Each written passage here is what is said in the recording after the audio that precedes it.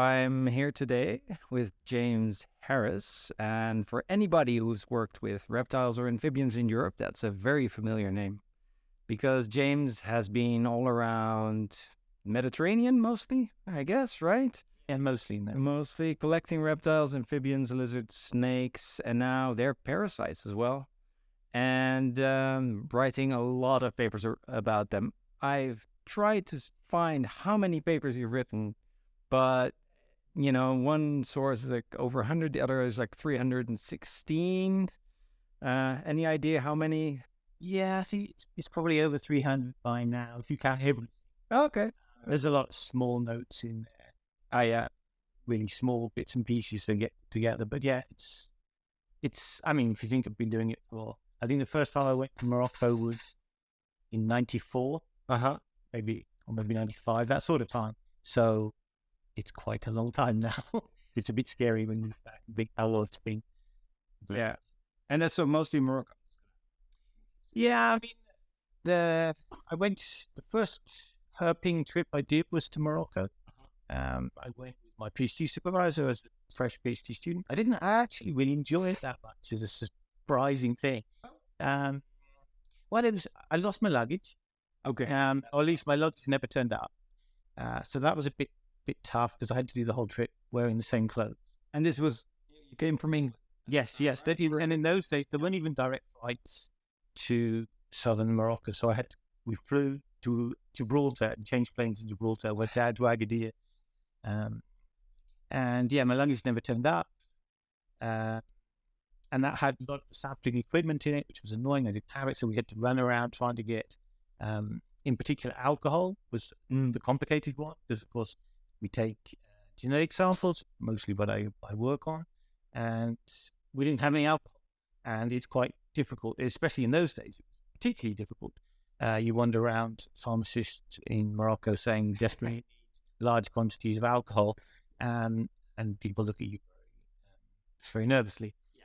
But anyway, I think it was more just the stress. I hadn't been anywhere like that before. People constantly, trying to talk to you. Every time you stopped, you immediately got people trying to sell you things. I found it more stressful than I expected. So by the time I got back, I was quite happy to get out of it. I mean, I enjoyed it. Yeah, it wasn't. It was stressful. And so yeah, it's quite funny now that I've been 20 or 30 times since then. Yeah, I was about to say, how many times have you been? But pretty much every year since every year except for COVID. So from 2000, I started going back in 2000. So I went first as a PhD student. In 2000, I already had my PhD, so I actually went with a PhD student between it. And yeah, since 2000 until now, the only years we didn't go was the 2 years with COVID. And every now and then twice. So, I mean, we're working in Portugal, so it's very convenient as a destination to take students because you can drive there in one day, leave early in the morning, just drive down, get the ferry, be in Morocco by evening. And it's the right sort of level of difficulty for students to get an idea of whether they enjoy field work. It's not easy. I mean, it's Morocco. It's certainly not just crossing the border into Spain, but it's not so.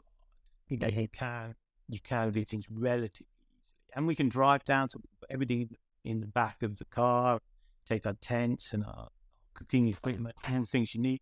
So it's really been very, very handy as a place to train students. And now I've got lots of contacts there. I mean, they started off as just people at the university we talked to, but I've been working with some of them now for quite a few years. So it's really worked very well. Yeah, no, I've had the pleasure of going to the field with you. So yeah, it's great. I love Morocco. Also, not just because it's convenient, but it's also one of the more beautiful countries you can visit in North Africa. Yeah, there's not many places that in such a short time you can go from Mediterranean type landscapes through really high mountains and then down the other side into the proper first stony desert, really hardcore desert. So to see all of that in a short period, yes, pretty amazing. Yeah, it is. And in 2005, you said you went there? Yeah, so I mean, most of the work we've done is, it's essentially collecting samples for genetic analyses. Usually we've got like a target group, so we might be working on a particular lizard that we think is more than one species. That's our main focus. But of course, you collect other things as you go along. So, I mean, as an example, like snakes, you don't go somewhere and just catch 30 snakes. It's never going. But if you go to Morocco 30 times, then obviously each time you catch one or two, and particularly tend to find dead ones, unfortunately, so you catch roadkills. And then suddenly after a while you look back and say, well, quite a big collection. And now we can look at an organism we never would have thought to look at initially. So yeah, there's always the target species that we're particularly looking for, and then there's just places where you just stop and you think, oh, this looks like a nice habitat. Yeah, and it's a lot of driving around, right? I mean, it's you sit in the car, you drive around, and People get tired, so you say, oh, let's just stop here. This is nice. We might see something interesting. It's just, and so that does happen quite a lot. And on that particular trip, because this was quite an early trip for me, so I'd only been, let's say, 5 or 6 times. I still wasn't that experienced. And I was with some other herpetologists from here. So Miguel Carretero, who's a Spanish herpetologist who travels a lot with me, and also Ana Pereira. yeah, I should get. Yes, he kept saying, I'm not sure if you'll like this one. And Zé Carlos, who did his PhD with snakes, and in particular with Portuguese vipers. So he's very interested in vipers, but the Portuguese one in particular is interesting because it's a very small snake. It's maybe 30 centimeters or something. Yeah. So it's a pretty small, fairly innocuous viper. So in Morocco with a great team of herpetologists. So what's it like? Can we just get an idea? You're driving around. It's hot, I imagine. Yeah, of course. I mean, in particular, as you get further south, obviously it gets hotter. This particular day, we were driving through more eastern Morocco, so out towards the Algerian side. And we thought we'd just stop and stretch our legs and have a walk around, see what we saw. And it was a very steep piece of habitat, sort of rocky desert, so mostly open rocks. And we were just sort of walking around, just seeing what we might find. And basically, I thought, I'll just stop, take a pee behind this very large rock, a nice sort of secluded spot to go. Has that happened? And you look down, see where you're pointing, and there was a very large snake in a crevice down there. And now at this point, my PhD was on lizards, not snakes, so I've had less experience in handling large snakes back then. So my immediate reaction was, I better call over some assistance for this one. So Miguel was closest, so I shouted to Miguel. I said, Miguel, come and have a look at this. And then explained to him that no, he was to have a look at the snake on the ground. And Miguel saw this very large snake in silver. That's what in those days was called madrevivera.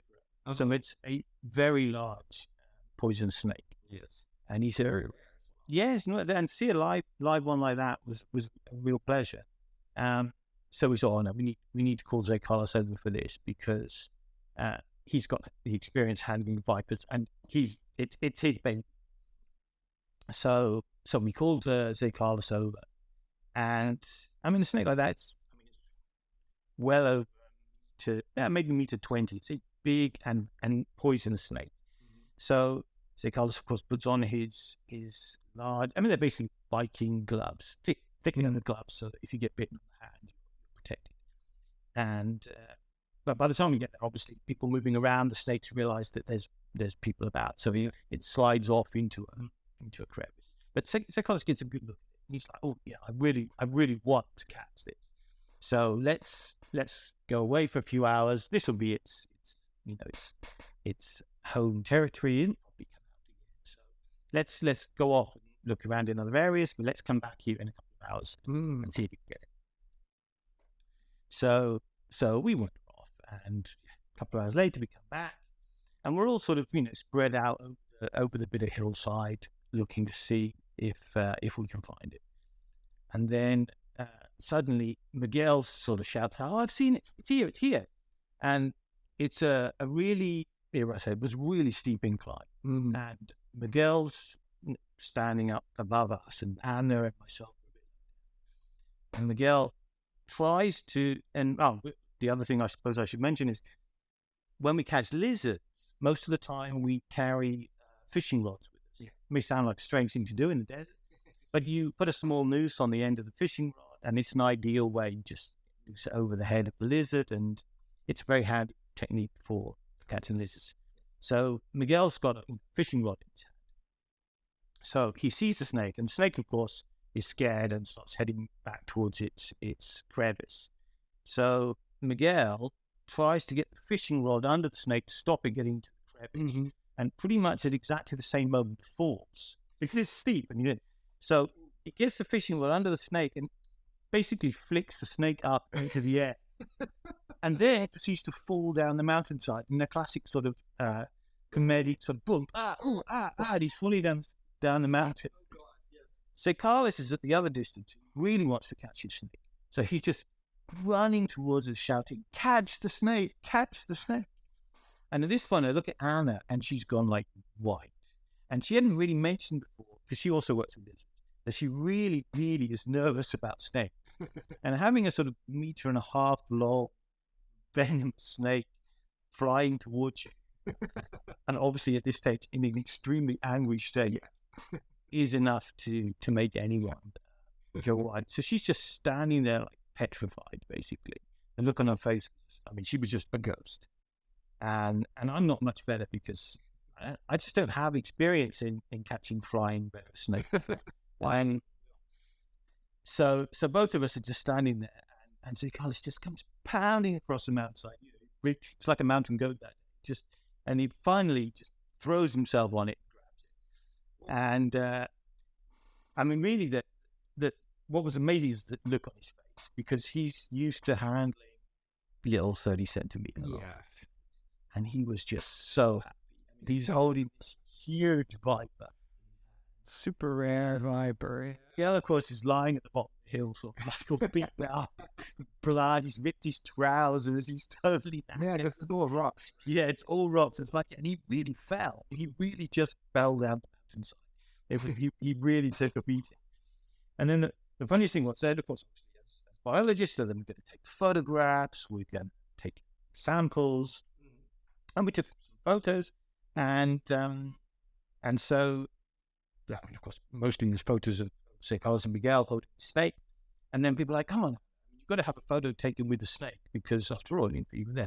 Anna's still like, her heart's obviously beating like crazy. She's like, I don't really want to even touch it. But so they've got a picture with Anna holding the snake, although in fact, say, Carlos is probably still holding the head. And right, other people are there. And they were asked to send some photographs for publication in some sort of natural history type journals and magazines, Portuguese things. And it was the photo of Anna holding the snake that ends up getting published. Oh, so there's this published photograph of Anna looking extremely nervous. It was very large snake. But yeah, those are the sort of experiences that everyone enjoys. I mean, as the look on after. Poor Miguel, he was really beaten up as well. So it was like one of those days. We were close to ending up taking him to hospital or something. He really just fell with such a thing. And it was a good day. It was a good snake. No. If you find one of those, your trip is good, right? I mean, that's a super rare snake, and to find a big one like that. Yeah, and a snake like that could be like 20 years old. It's amazing. So you think all of that time it's been out there on that hillside. And yeah, beautiful to find. Very much. Very pretty snakes. You really see it. Yes, of course. Of course. We take 2 drops of blood for analysis, tip of the tail, and those snakes go back out. Yeah, that's one of the great things about genetic sampling. Mostly is that we don't need to kill animals. No, so that's nice. You can spend your time out in the field, and you can get excited about finding things. Actually, the macroviverra aren't rare. They're just hard to catch. They don't turn up in collections very often because You don't see a lot. I've seen far more dead ones on the road, sadly, than I've seen. Really? Yeah. Yeah, I've seen. Yeah. I've only been. Yeah. Yes, it's certainly not common. And that was the first big dangerous snake I've seen. 'Cause you see also the Najas, the classic. I don't know what people would normally consider them as sort of Indian cobras. Yeah. The ones that rear up and open up. Now that's a serious cobra. There's only one species of cobra in Morocco, but that's And that's that one you see, but only in the far south. So in the rest of Morocco, in the north, in terms of big venomous snakes, the only one you're gonna bump into is a bit, and yeah, it's a fun snake. And I would love to see one of those. fantastic. Yeah, Too bad for Zico. He didn't get his picture, but he has nice pictures. He's probably got his own pictures in other places, but that particular one, it was fun to see Anna because she gets nervous handling any snakes. In Morocco, there's also another snake which again used to be called typhlot. It looked more like an earthworm. yeah. Really, really tiny, and that's about the only snakes Anna is happy handling. She doesn't really like handling even sort of water snakes or natrix, which are totally harmless, innocuous, small snake. Even those, she's a little bit nervous about. And this is a big one. But also, it makes me think, looking back at some of these old stories, makes me realize how we've progressed as herpetologists going to Morocco. Because, I've been many times with Anna and Zeke and Miguel and people like Zeke. And see, we were much more amateurish then, because it's close to 20 years ago. But now, far more people have experienced, myself included. Yeah. But I still remember that it was the first big venomous snake we collected in Morocco, and it was quite an experience. Right. And Morocco has changed quite a lot as well, I imagine. Yeah, I mean the particularly the roads is something we notice. There used to be almost no highways, just a little bit down the coast, and so driving down to Marrakesh or something like that took days. And you saw everything. You saw people hanging on the backs of outside of buses and dozens of people on tractors, cars driving at night with no lights, which was quite nerve-wracking. Whereas now you basically got European-style highway all the way down to Agadir. So if you stick to the main roads, Morocco driving, super easy. If you go out to the mountains, you can still wander down some dirt tracks. Yeah, because you spend most of your time also in high up in mountains, right? Yeah, certainly that the high mountains are places that there's a lot of unknowns up there because people don't go up there so often. So there's a lot of alpine species which are known only from one or two places that are easy to get to. There's a classic place, Ukaimeden, which is both a ski resort and they have some international telescopes up there. Because, of course, high mountains, clear skies, not much light pollution. So there, for example, there's a nice road right up high into the mountains, and everyone goes there. So the mountain lizards, the alpine species, generally, they're known from this kind of place and almost nowhere else. So if you're interested in if it's actually more than one species or just how much variation there is, then you need to go there, of course. And again, I went there on my very first trip to Morocco during my PhD, but also you need to go to the other mountains where there aren't ski resorts and therefore there are no roads, and you end up just hiking a lot. Yeah. And the thing is, once you've done a few trips, you start to think that driving up mountainous tracks and crossing quite difficult terrain is quite easy. So on a later trip, we went, and as it happened, there was a conference in Marrakesh as well. So we thought, this is really good. We'll not only go to Morocco and do some sampling and take our usual bunch of students to get some experience, but we'll go to the conference as well. Yeah, they can get experience on that. So we took more students than we normally would. Okay. And we were going to go up a particular mountain that we were looking for to catch these high mountain lizards called Andriansky. It's a very pretty little lizard. I've been working on a lot. But after a few days already going down, I thought, I'm not sure the students will be able to cope with a really high mountain trip. Was it the students or was it the situation or? No, I think it's just it's just hard. I mean, a lot of students haven't, and this is probably a sad thing, that even at university students who are biology students, they haven't been out in the field much, so they don't know what it's like. So, when I say camping, I mean, you stop somewhere and you say, we'll put our tent here and sleep. And people come to you and say, well, where's the bathroom? And you say, well, you see that bush over there? That's a nice looking bush. I'd use that one if I was you. And of course, there's always a few things you can amuse yourself with. As you all know, working a lot with scorpions, scorpions are quite fun to see out in these places because if you go out at night with the blue light, they shine in a really unexpected way. The first time I saw it, I was definitely impressed. Mhm. It's not what you think a scorpion will do. No. In fact, I still don't know why they do it. It's a very unusual feature, but it's quite striking. So it's quite fun for the students. You camp out. You say, all right, let's set up our tents.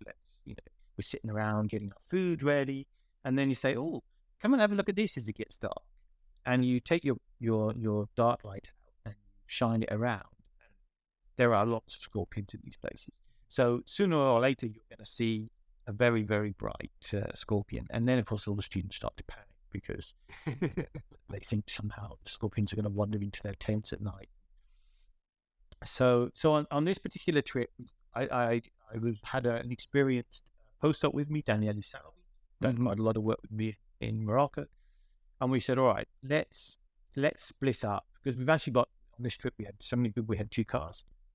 And he said, all right, I will take the other experienced people and some of the PhD students, and I'll go up the mountain looking for a particular lizard, and you take the students who have no experience or very, very little, and we'll just do a really small, what I thought was a really, really small hike on I wouldn't like to call it a mountain.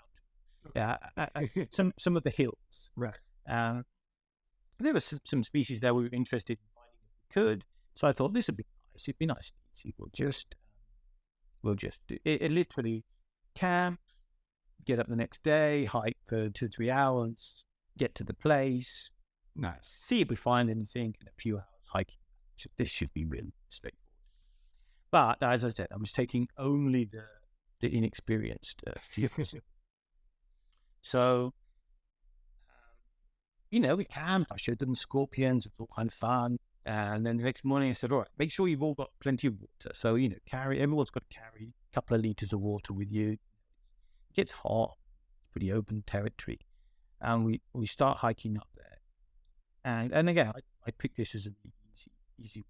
Mm-hmm. But again, perhaps by then I'd got enough I'd misjudged how much experience I have in Morocco. Because for a lot of people, when you say you're hiking, again, it's not trails. It's climbing through bushes, and when there's a big rock, you have to go round it or over it.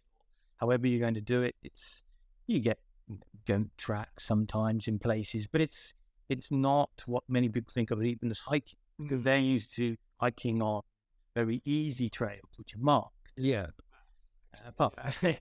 Not just cross country. Yeah. So after a couple of hours, I checked them and said, how's it going? And I looked, and like a lot of people had no water left already. Oh, all right. And I was like, you do realize that you've got the water that we all brought. We all brought a couple of liters. If you dunk all your water now, there is no more water. That's just how it goes. And they were like, oh yeah. And then we hiked on a little bit, and we got to the place. By the time I got there, most of them just sort of lay on the ground. Couldn't really look for lizards. Yes. And then one of the girls said, I can't walk any further. And I was like, well, what do you want me to do? I'm not going to carry you. Yeah. And I assure you, if I leave you here, it's not going to go well. So, but I mean, it astonishes me sometimes that people, can't walk what's really more than 2 or 3 hours of hiking. And B, then just have no idea that, you ration your water, you don't just sit down and say, I can't walk. I mean, really what they thought I was going to do, I had no idea. Fortunately, I still have my water. So, all right, I've still got some of my water. You can get some of my water. And I was, oh God, I'm glad I take these guys up the high mountain to do it. They would have just died. And we sort of stagger and crawl our way back to. Well, at least it's going down, right? I mean, they should be able to manage that. So, but by then, of course, they're all absolutely dying of thirst, they say, complaining. And we get there, and there's a roadside little place where the kids sell stuff by the side. And they haven't got much, but they've got a few things to drink. And one of the things they have is Coca-Cola. Of course, it's Morocco. You can't get a cold beer.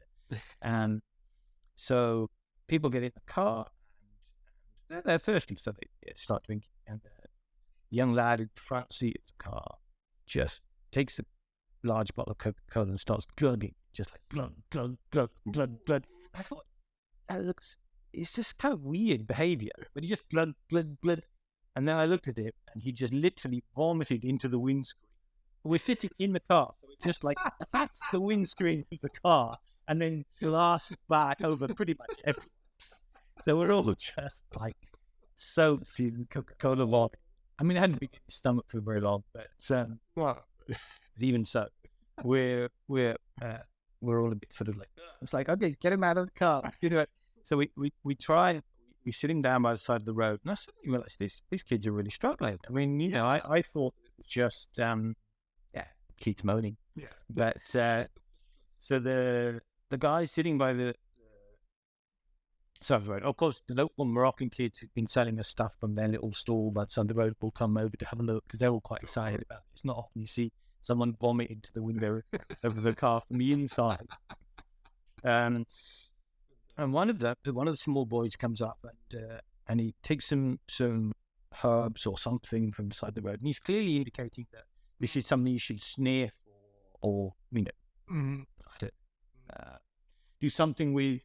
Of course, we can't understand the word they're saying. They don't speak anything that we can understand. We don't speak anything they can understand. But it's very clear that it's an indication that someone who's fainted or something, you should write this and you sniff it, like smelling salt. So yeah, exactly that kind of thing. So one of the students obviously also understands this, and he takes the smelly plant, whatever it was, but no idea what plant it was, and holds it up towards the nose of the student who just vomited everywhere. And the student's vomited everywhere, basically using it. So he acts like he's going to bite the other person, starts like snapping at the hand. Like, really? It was just bizarre. Wow, he was really out of it. He was really out of it. And then João Maia, who was one of the students, was there. I mean, he says, he looks at it. I mean, I'm now thinking, oh my God, this guy's really, really lost it completely. And João looked at me and said, do you think I should give him a massage? I don't think this is the right time to give him a massage. I don't know what happened to this kid, but he's completely lost it. So we're like, okay, I mean, I didn't know if it was like dehydration or something worse or what happened. So he said, after a while, he's just sitting there calmly. I said, well, best thing we can do is we'll have to let's get out of here. Let's get to a place, a town where there's a hotel or something. Yeah. We can load up with water. Maybe go to a pharmacist and get some salts and stuff in case it's some sort of dehydration. Yeah. And started off just sitting in the car, and the strange thing is his phone rang. Yeah. So he picks up the phone and he starts talking, and it's absolute gibberish. Doesn't make any sense. Really? I mean, it's complete gibberish. He was like half random sentences that didn't make any sense, and then there'd be a pause, and then it'd say something else. And the strangest thing was, it was actually his parents who called to find out how he was doing, because we didn't know. We didn't know who was calling you. Yeah. But they must have been thinking, like, this happened to our son, because had absolutely no. And then he slowed and put the phone away, and we were like, that was weird. But yeah, I mean, I suppose the bright side of the story was that we went to a small motel in the next town, and we gave him some salts and water, and he lay down 24 hours, and 24. Okay. Okay. It took a long time to get better. But then it was fine, and he totally recovered. Yeah, I mean, I guess he actually did manage to dehydrate. Wow. Really unexpected. Yeah. And it just goes on Hours. Yeah, yeah. So, and the reaction was in. And then the worst thing was, of course, we cleaned the car up, as you do. Yeah. At least, wipe it with baby wipes, because we always had something, not much you can do. But what we forgot is that we just sort of cleaned up. It looked fine. And then a few days later, somebody opened the glove compartment. And it was one of these sort of plastic ones with a sort of cup shape at the bottom. So basically, what had rolled down the windscreen and actually just flowed in there was still there. So we had this 5 or 6 day old sticky bottom to the glove compartment, like Bottle of Coke. with Coke vomit. Yeah, and it's amazing how it'll back. It's amazing how much a liter or two of Coke hitting the windscreen and bouncing back into the car. How you can soak quite a lot of people. So yeah, I mean, So that was, and I was thinking, I wasn't really sure to think to myself, well, I'm glad I didn't take them on the difficult hike. yeah. Or I was like, maybe my difficult hikes now are really difficult. Even a medium hike is too much. Wow. So yeah, that was an unusual day. I think we haven't had anyone have to be hospitalized. We've had a few. I mean, I smacked a couple of fingers. I've still got some scars. Somebody dropped a rock on my hand, and I've had a few close shaves, but I think that was probably the closest I've been to thinking, right, if this diet doesn't get better. Especially the talking gibberish. Yeah, it was just most peculiar. And he had no idea. We talked to him afterwards and said, like, do you remember? And he's like, no, I don't know what happened. It just lost. Wow. Okay. And so now with the students, you have... Yeah, now we do the sensory starting, at least for the first couple of days. Because as I said, and I think this is also part of the important things, never take a whole bunch of students and be the only experienced person. Because it's really handy if you've got someone else there to just debate things with. Because I was like, okay, do I need to take him to a hospital? If so, what am I going to do? If this gets worse, what's my idea? And it's really hard if you're the only person there, because there was no point asking the other students because they were all basically in shock, Yeah. except giving massage. So yeah, I was thinking, right, from now on, and I think that's a plan with field work. If you take a card, I always try and take like one total student who's never been anywhere, doesn't know anything, and then another student's got a little bit of experience, and then at least one other sort of well-experienced person, and then you've got people to discuss things with. Yeah. And it's just easier if you have people in the middle as well, like PhD students. Then you don't get a sort of divide between the people with no experience and sort of older people like myself. Right. So yeah, learn things from trips, even when it's not myself that's having there. Well, but it's really, I mean, you're really out there in the Atlas Mountains. It could take a day to drive out. Yeah. And I mean, that's the thing. I mean, for the high mountains. So on that trip, while we were doing the easy hike, the other people tried to get up the mountain and basically failed, because the problem with this particular mountain we were trying to find, we just couldn't find a good road even halfway up. So you end up parking the car at still, let's say, 1,800 meters. And if you want to get up to 3,500 meters, that's a really high point. And most of the time, once you get higher, there's no water. That's the thing. I mean, you can carry a sleeping bag, you can carry food, you can carry all the stuff you need. It's the water that kills you, because you need liters of the stuff. Right. And it's really heavy. So yeah, I mean, so I don't know if the following year after that trip, we said, all right, we got to get up this mountain. We just got to do it. So we're just going to take some more experienced people, and we're going to hike up there. And even there, it was quite difficult to just get up the small dirt tracks to get to the base of the cliff, and we kept looking for new dirt tracks to get a little bit higher. And we'd really struggled a bit. It was hard to find the tracks. We got a puncture 3/4 of the way up, and so we had to stop and do those. So by the time we got the car as far as we could go, we said, we're not going to drive any further. We're going to we're just going to have to start hiking from here. We were already a bit stressed because it'd taken longer than we hoped. Stupid puncture really slowed us down. The jack we had with the car was rubbish. The usual things.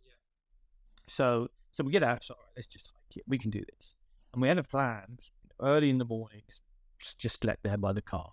And we thought, all right, we can just basically hike up for a day, sleep, another day up there, and then hike back down. Probably just a morning because it's coming down much faster.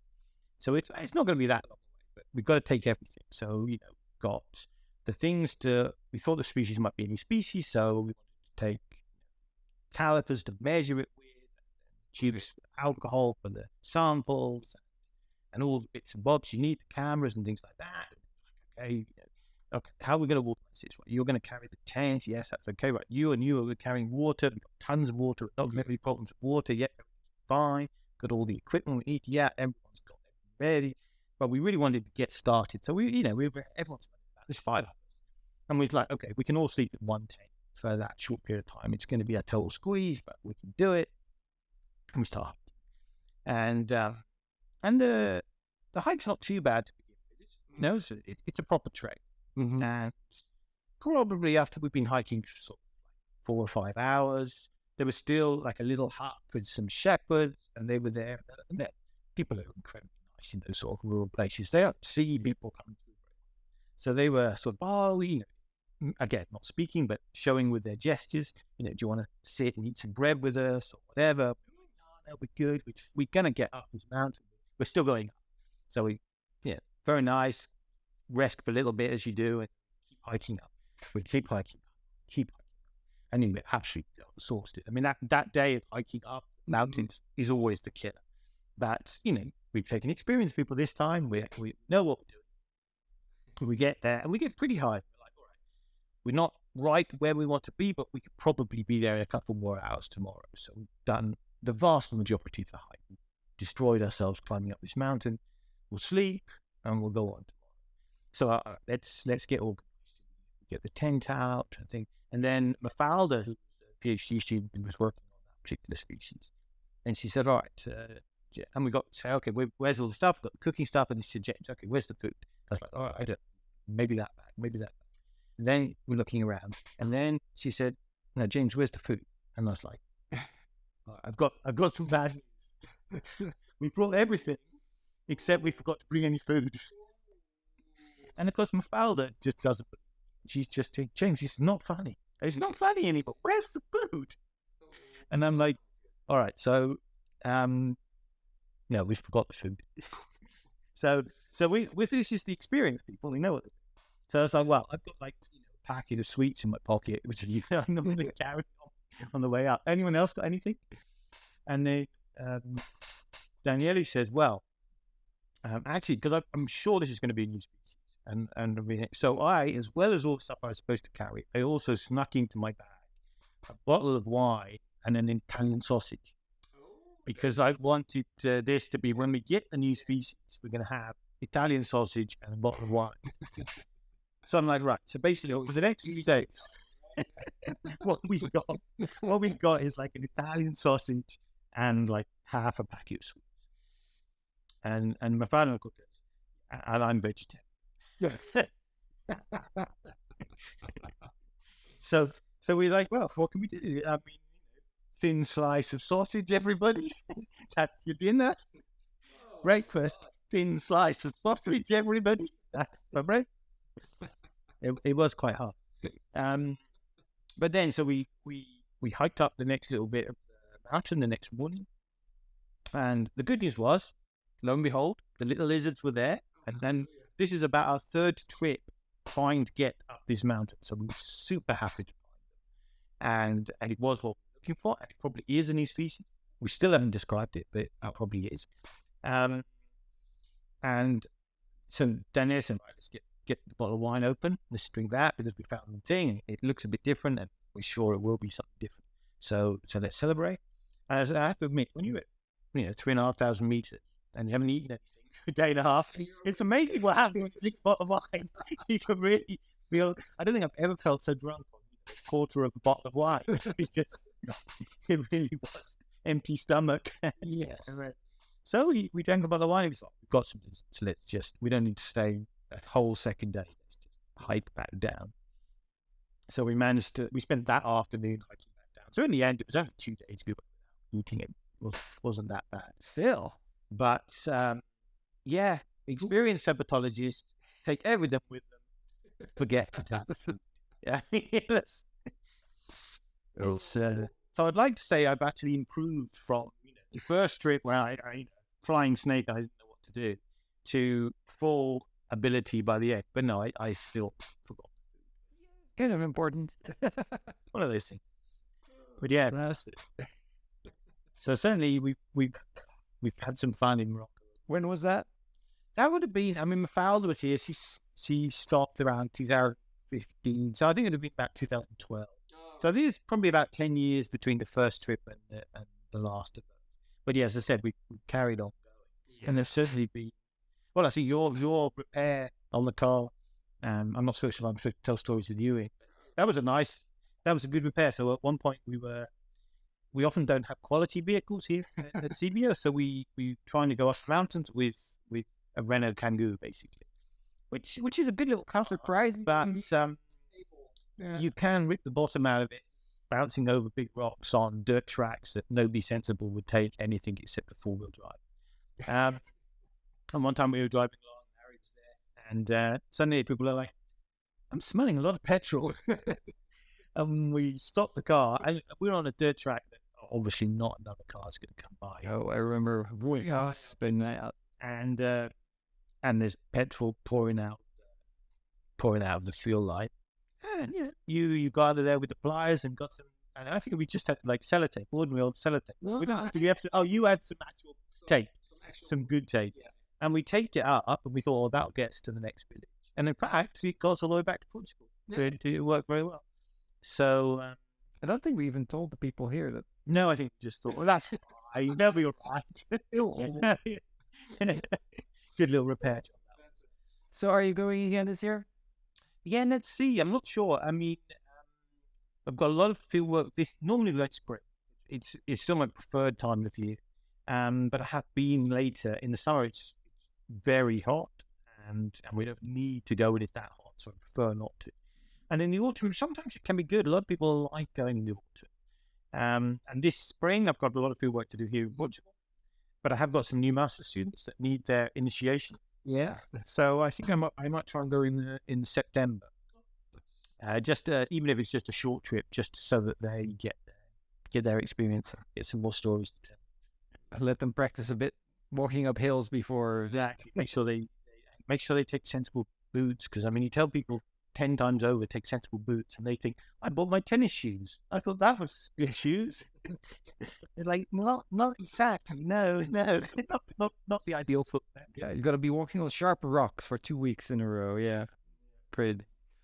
Right, James. Thanks a lot. No, it was a pleasure. It was fun to reminisce about. I hadn't heard those stories yet, so I know there's a lot more where that came from. There are a few. I will look forward to hearing some of the other ones you're recording at the same time. Yeah. I'll let you know. Nice. Yeah. Bye.